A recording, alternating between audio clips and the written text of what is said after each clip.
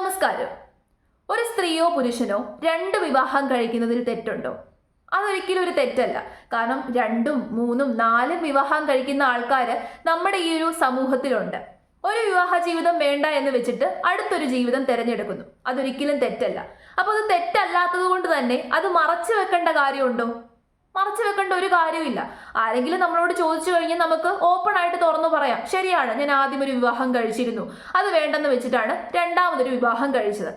ഇനിയിപ്പോ ഈ ഒരു സ്ത്രീയോ അല്ലെന്നുണ്ടെങ്കിൽ ഈ ഒരു പുരുഷനോ ഒരു പബ്ലിക് ഫിഗർ ആണ്, നാട്ടുകാർക്ക് അറിയാവുന്ന അല്ലെന്നുണ്ടെങ്കിൽ സോഷ്യൽ മീഡിയയിൽ വൈറൽ ആയിട്ടുള്ള ഒരു വ്യക്തിയാണ്. അപ്പൊ ഈ വ്യക്തിക്ക് ആദ്യം ഒരു വിവാഹം കഴിച്ചിട്ടുണ്ടായിരുന്നു എന്നുള്ള കാര്യം പബ്ലിക്കിന് അറിയത്തില്ല. എന്നാൽ ഒരു സുപ്രഭാതത്തിൽ ആ ഒരു കാര്യം പബ്ലിക് അറിയാണ്. അപ്പൊ അങ്ങനെ ഒരു റൂമർ ഉയർന്നു വരുമ്പോൾ, അങ്ങനെ ഒരു കാര്യം സത്യമാണെന്നുണ്ടെങ്കിൽ ആ പബ്ലിക് ഫിഗർ എന്താണ് ചെയ്യേണ്ടത്? അത് സത്യമാണ് എന്ന് സമ്മതിക്കണം. കാരണം അത് മറച്ചു വെക്കേണ്ട ഒരു കാര്യമില്ല. ശരിയാണ്, അങ്ങനെ ഒരു കാര്യം നടന്നിരുന്നു, ഞാൻ ആദ്യം വേറൊരു വിവാഹം കഴിച്ചിട്ടുണ്ടായിരുന്നു, അതിനുശേഷമാണ് ഇപ്പോൾ ഉള്ള ഈ വിവാഹം കഴിച്ചത്.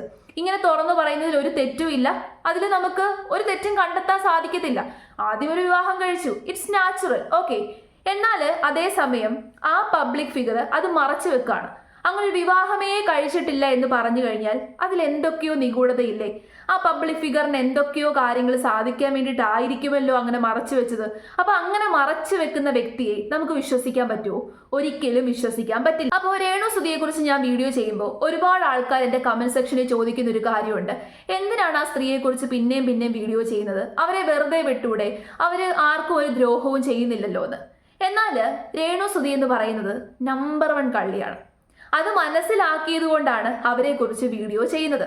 അതായത് രേണു സുധിയുടെ ഒരു റൂമർ ഇപ്പോൾ ഉയർന്നു വരുന്നുണ്ട്. രേണു സുധി ആദ്യം ഒരു വിവാഹം കഴിച്ചിരുന്നു.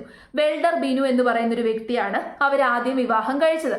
ആ കാര്യത്തെക്കുറിച്ച് കുറേ ആൾക്കാർ കമന്റ്സ് ഇട്ടു, കുറേ വോയിസ് റെക്കോർഡും അവരുടെ വീടിന്റെ ആ ഒരു സ്ഥലത്ത് പോയി ഒരുപാട് ആൾക്കാർ അന്വേഷിച്ച്, കുറേ യൂട്യൂബേഴ്സ് അന്വേഷിച്ച് അങ്ങനെ വീഡിയോ ഒക്കെ ചെയ്തിട്ടുണ്ട്. അപ്പൊ ഈ കാര്യങ്ങളൊക്കെ പുറത്തു വന്നു. അപ്പൊ ഇത്രയും റൂമേഴ്സ് പുറത്തു വന്നിട്ടും രേണു സുധി അത് സമ്മതിക്കുന്നില്ല. പക്ഷേ നോർമലായിട്ട് അത് നിഷേധിച്ച് പറയുവാണെന്നുണ്ടെങ്കിൽ ഓക്കെ, രേണു സുധി പറയുവാണ് ഞാൻ അങ്ങനെ ഒരു കാര്യമേ ചെയ്തിട്ടില്ല, സുധിയെ മാത്രമാണ് കല്യാണം കഴിച്ചത് എന്ന് പറയുവാണെന്നുണ്ടെങ്കിൽ ഓക്കെ, നമുക്ക് രേണു സുധിയുടെ ഒപ്പം നിൽക്കാം. പക്ഷെ രേണു സുധി അങ്ങനെയല്ല. ഈ ഒരു റൂമർ ഉയർന്നു വന്ന സമയത്ത് രേണു സുധി പറഞ്ഞു, ഞാൻ അങ്ങനെ ഒരു കാര്യമേ ചെയ്തിട്ടില്ല, അങ്ങനെ ഒരു വ്യക്തിയെ എനിക്ക് അറിയത്തില്ല, ഞാൻ സുധിയെ മാത്രമേ കല്യാണം കഴിച്ചിട്ടുള്ളൂ. എന്നാൽ അതിനുശേഷം പിന്നീട് വരുന്ന ഇന്റർവ്യൂസിലെല്ലാം രേണു സുധി പതുക്കെ ഈ കാര്യങ്ങൾ മാറ്റി പറയുവാണ്. എന്നാൽ ഇത് പാടെ നിഷേധിക്കുന്നുമില്ല, സമ്മതിക്കുന്നുമില്ല. അതെന്തുകൊണ്ടായിരിക്കും? അതെന്താ ചോദിച്ചു കഴിഞ്ഞാൽ രേണു സുധിക്ക് കൊല്ലം സുധിയെ മാത്രമേ കല്യാണം കഴിച്ചിട്ടുള്ളൂ എന്നുള്ള ഒരു ഇമേജാണ് ജനങ്ങൾക്ക് കിട്ടേണ്ടത്. എങ്കിൽ മാത്രമേ രേണു സുധിക്ക് നിലനിൽപ്പുള്ളൂ. കാരണം കൊല്ലം സുധി പോയ ആ ഒരു സിമ്പതിയിൽ പിടിച്ചു പറ്റിയാണ് രേണു സുധി പബ്ലിക്കിന്റെ മുമ്പിൽ വന്നത്. അങ്ങനെയാണ് രേണു സുധി വൈറലായത്. അതുകൊണ്ട് തന്നെ ആ ഒരു ഇമേജ് മാത്രമേ പബ്ലിക്കിന് ഉണ്ടാവാൻ പാടുള്ളൂ. അതിനു വേണ്ടിയിട്ടാണ് രേണു സുധി മറച്ചു വെക്കുന്നത്. ഞാൻ ആദ്യം തന്നെ രേണു സുധിയുടെ ഒരു ഇന്റർവ്യൂ കാണിച്ചു തരാം. ആ ഇന്റർവ്യൂവിൽ നിന്ന് നിങ്ങൾക്ക് ഏകദേശം കാര്യങ്ങൾ പിടികിട്ടും. അപ്പൊ ഏതായാലും നമുക്ക് ഇന്റർവ്യൂ കാണാം. ഞാൻ ചോദിക്കുന്നത്, അതായത് ഞാൻ ഒരു കാര്യം പറയട്ടെ, അതായത് നിലവിൽ അത്തരത്തിലൊരു ആരോപണം ഇങ്ങനെ എന്താ പറയാ മുകളിൽ ഇങ്ങനെ ഒരു തുറച്ചു നോക്കുന്ന പോലെ നിൽക്കുമ്പോൾ അതിന് കൃത്യമായിട്ട് ഒരു മറുപടി കൊടുത്ത് അതിന് എന്താ, കാരണം എന്തിനും കൃത്യമായി മറുപടി തരുന്ന ആളാണ് രേണു സുധി എന്നുള്ള ഒരു ബോധ്യം എനിക്കുണ്ട്. കാരണം കൃത്യമായിട്ട് അറിയാവുന്നതുകൊണ്ട് ഞാൻ പറഞ്ഞാണ്. ഞാൻ താങ്കളുടെ ഇന്റർവ്യൂസ് ഒക്കെ കാണാറുണ്ട്, കണ്ടിട്ടുണ്ട്. അപ്പം അതുകൊണ്ടാണ് ഞാൻ ചോദിക്കുന്നത്, കൃത്യമായിട്ട് താങ്കൾക്ക് മറുപടി ഒരു അവസരമാണ്. ഇനി അങ്ങനെ ഒരു ചോദ്യം വരരുത്. കാരണം ഈ അടുത്ത് ഞാനൊരു ഇന്റർവ്യൂ കണ്ടു. താങ്കൾ എന്താ പറയാ മാരേജിന്റെ സർട്ടിഫിക്കറ്റ് വരെ എടുത്ത് കാണിച്ചുകൊണ്ട്, താങ്കളുടെ അക്കൗണ്ടിന്റെ ഡീറ്റെയിൽസ് വരെ കാണിച്ചുകൊണ്ട് താങ്കൾ കൃത്യമായിട്ട് പ്രതികരിച്ച ഒരാളാണ്. അപ്പോൾ ഇത്തരത്തിൽ സ്ട്രൈറ്റ് ആയിട്ട് ഒരു ചോദ്യത്തിന് ഇങ്ങനെ ഒളിഞ്ഞും മറിഞ്ഞും ഒരു ഉത്തരം പറയാതെ കൃത്യമായിട്ട് ഒരു ഉത്തരം പറയാം. അങ്ങനെ ആരെയും ഞാൻ കല്യാണം കഴിച്ചിട്ടില്ല. കല്യാണം കഴിച്ചിട്ടില്ല. അപ്പം ഞാൻ കല്യാണം കഴിച്ചിട്ടുള്ള സൂചനയാണ്. എനിക്കറിയില്ല, അങ്ങനെയാണ് ഞാൻ കേട്ടത്. പാസ്റ്റർ എന്നാണ് ഞാൻ കേട്ടത്. ഒരു പാസ്റ്ററിനെ ഞാൻ വിവാഹം കഴിച്ചിരുന്നോ? എനിക്കറിയില്ല. അങ്ങനെ ഒരു സംഭവം എനിക്കറിയില്ല. ഇല്ല, ഉറപ്പിച്ചു പറയാനില്ല. ഞാൻ അങ്ങനെ ഒരു സംഭവം എനിക്കറിയില്ല. പാസ്റ്റർ അല്ലാതെ മറ്റാരെങ്കിലും വിവാഹം കഴിച്ചിരുന്നോ? വിവാഹം കഴിക്കുകയോ അല്ലെങ്കിൽ മറ്റെന്തെങ്കിലും ലിവിംഗ് ടുഗദർ കോൺസെപ്റ്റിലോ അല്ലെങ്കിൽ മറ്റെന്തെങ്കിലും രീതിയിലൊരു ബന്ധം ഉണ്ടായിട്ടുണ്ടോ? അതല്ല ഞാൻ പറഞ്ഞു, എന്നെ വിവാഹം കഴിച്ച സൂചന മാത്രമാണ്. അതൊക്കെ അത് ഒറ്റ കൺക്ലൂഷൻ, അതൊരു ഒറ്റ സ്റ്റേറ്റ്മെന്റ് ആയിട്ട് നമുക്ക് ഉത്തരം കിട്ടി. അല്ല, തൽക്കാലം അങ്ങനെ പറയാൻ പറ്റുള്ളൂ. അങ്ങനെ പറയുമ്പോഴാണ് ഇതിലൊരു സംശയം ജനിക്കുന്നത്. സംശയം ജനിക്കും. കാരണം അത് ഇപ്പൊ തൽക്കാലം ഞാൻ പറയുന്നില്ല. ആ ചോദ്യത്തിൽ ഒന്ന് കുഴങ്ങിപ്പോയ പോലെ തോന്നുന്നു. ഇത്ര നേരം നല്ല ഓണായിട്ടിരുന്നിട്ട് ഇപ്പൊ ഒന്ന് ജസ്റ്റ് ഒന്ന് ഇല്ലില്ല, അതല്ല, അത് കുറച്ച് കാര്യങ്ങളുണ്ട്. അതുകൊണ്ടാണ് അതിപ്പം നമുക്കത് ക്ലാരിഫിക്കേഷൻ നടത്താൻ പറ്റില്ല. നടത്താൻ പറ്റാത്ത ചോദ്യമാണ്. നമുക്ക് വ്യക്തമായിട്ട് പറയാം, ഞാൻ പിന്നീട് അത് ക്ലാരിഫിക്കേഷൻ ആയിട്ട് വരും. അതായത് ഞാൻ കല്യാണം കഴിച്ചിട്ടില്ല, എന്നെ ആരും താലിയും കെട്ടില്ല സൂചന അല്ലാണ്ട് ആരും ഈ ലിവിംഗ് ടുഗദറും ഇല്ലായിരുന്നു. പക്ഷെ അതിന്റെ എന്തെങ്കിലും ക്ലാരിഫിക്കേഷൻ ഉണ്ടെങ്കിൽ കിടന്ന് ഉരുണ്ട് കളിക്കുന്നത് കണ്ടോ? ഏതൊരു ചോദ്യം ചോദിച്ചു കഴിഞ്ഞാലും അപ്പം മറുപടി പറയുന്ന വ്യക്തിയാണ് രേണുസുതി. ആദ്യമൊന്നും അങ്ങനെ ആയിരുന്നില്ല, പക്ഷെ പിന്നീട് വളരെ ബോൾഡായിട്ട് സ്റ്റേൺ ആയിട്ട് മറുപടി പറയുന്ന ഒരു സ്ത്രീയായിരുന്നു രേണുസുതി. അപ്പൊ എല്ലാ കാര്യത്തിനും കൃത്യമായിട്ട് മറുപടിയുള്ള രേണുസുതിക്ക് ഈ ഒരു കാര്യത്തിൽ മറുപടിയില്ല. ആദ്യം മുതലേ പല അഭിപ്രായങ്ങളാണ് പറഞ്ഞുകൊണ്ടിരിക്കുന്നത്. അങ്ങനെ ഒരഭിപ്രായത്തിൽ ഉറച്ചു നിൽക്കാത്ത ഈ സ്ത്രീയെ നമ്മൾ ജനങ്ങൾ എങ്ങനെ വിശ്വസിക്കും? അങ്ങനെ ഒരാളെ വിശ്വസിക്കണോ? ജനങ്ങളെ പറ്റിച്ച് ജനങ്ങളുടെ മുമ്പിൽ നിന്ന് പലതും മറച്ചു പിടിച്ച് കൊല്ലം സുധിയുടെ ആ ഒരു സിമ്പതി, ആ ഒരു പബ്ലിസിറ്റിയിൽ ഉയർന്നു വന്ന രേണുസുധിയെ എങ്ങനെ വിശ്വസിക്കും? രേണുസുധി തെറ്റൊന്നും ചെയ്തിട്ടില്ല എന്ന് രേണുസുധി പറയുന്നുണ്ട്. രേണുസുധി തെറ്റ് ചെയ്തു. നമ്മളൊരു വിവാഹം കഴിച്ചിട്ടുണ്ടെന്നുണ്ടെങ്കിൽ അത് സമ്മതിക്കുന്നതിൽ എന്താണ് തെറ്റ്? ഇനി അങ്ങനെ ഒരു വിവാഹം കഴിച്ചിട്ടില്ല എന്നുണ്ടെങ്കിൽ അത് നിഷേധിക്കുക. അങ്ങനെയല്ലേ ചെയ്യേണ്ടത്? നല്ല നിലപാടുള്ള വ്യക്തിത്വമുള്ള ഒരു വ്യക്തി എന്താണ് ചെയ്യുന്നത്? നമ്മൾക്ക് നേരെ ഒരു റൂമർ ഉയർന്നു വന്നു. ആ റൂമർ ശരിയാണെന്നുണ്ടെങ്കിൽ അത് സമ്മതിക്കുക, അത് തെറ്റാണെന്നുണ്ടെങ്കിൽ അത് നിഷേധിക്കുക.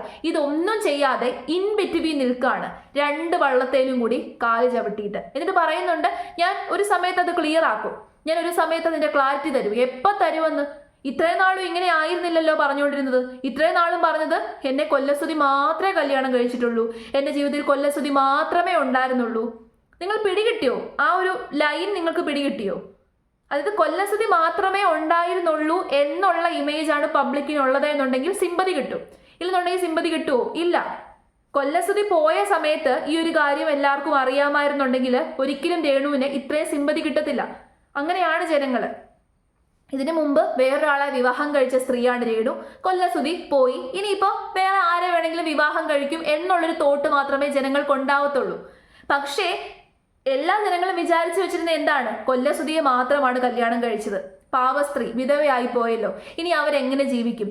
ആ ഒരു സാധനത്തിൽ പിടിച്ചാണ് രേണു ഇത്രയും നാൾ ഉയർന്നു വന്നത്. അപ്പോൾ ഇതിനു മുമ്പ് വേറെ കല്യാണം കഴിച്ചിട്ടുണ്ട് എന്ന് ജനങ്ങൾ അറിഞ്ഞു കഴിഞ്ഞാൽ ആ ഒരു സിമ്പതി പോയി കിട്ടും. ഓക്കെ, ആ ഒരു സ്റ്റാൻഡ് പോയി കിട്ടും. അതാണ് രേണു പേടിക്കുന്നത്. അതിനാണ് ഇങ്ങനെ ബബ്ബബെ അടിച്ചുകൊണ്ടിരിക്കുന്നത്. ഇനി വേറൊരു ഇന്റർവ്യൂ, ഇപ്പൊ ഏറ്റവും റീസെന്റ് ആയിട്ട് വന്ന ഒരു ഇന്റർവ്യൂവിൽ രേണുസുതി ഇതിനെക്കുറിച്ച് സംസാരിക്കുന്നുണ്ട്. അവിടെ ഇതുപോലെ ഉരുണ്ട് കളിക്കാണ്. ആ ഇന്റർവ്യൂ കൂടി നമുക്കൊന്ന് കാണാം. തള്ളി പറയുന്നത് ഞാൻ പറയുന്നില്ല, എനിക്ക് ഭയമില്ല അതിന്. ഇനി മുന്നോട്ട് ഇനി എന്തൊക്കെ വന്നാലും എനിക്ക് ഭയമില്ല.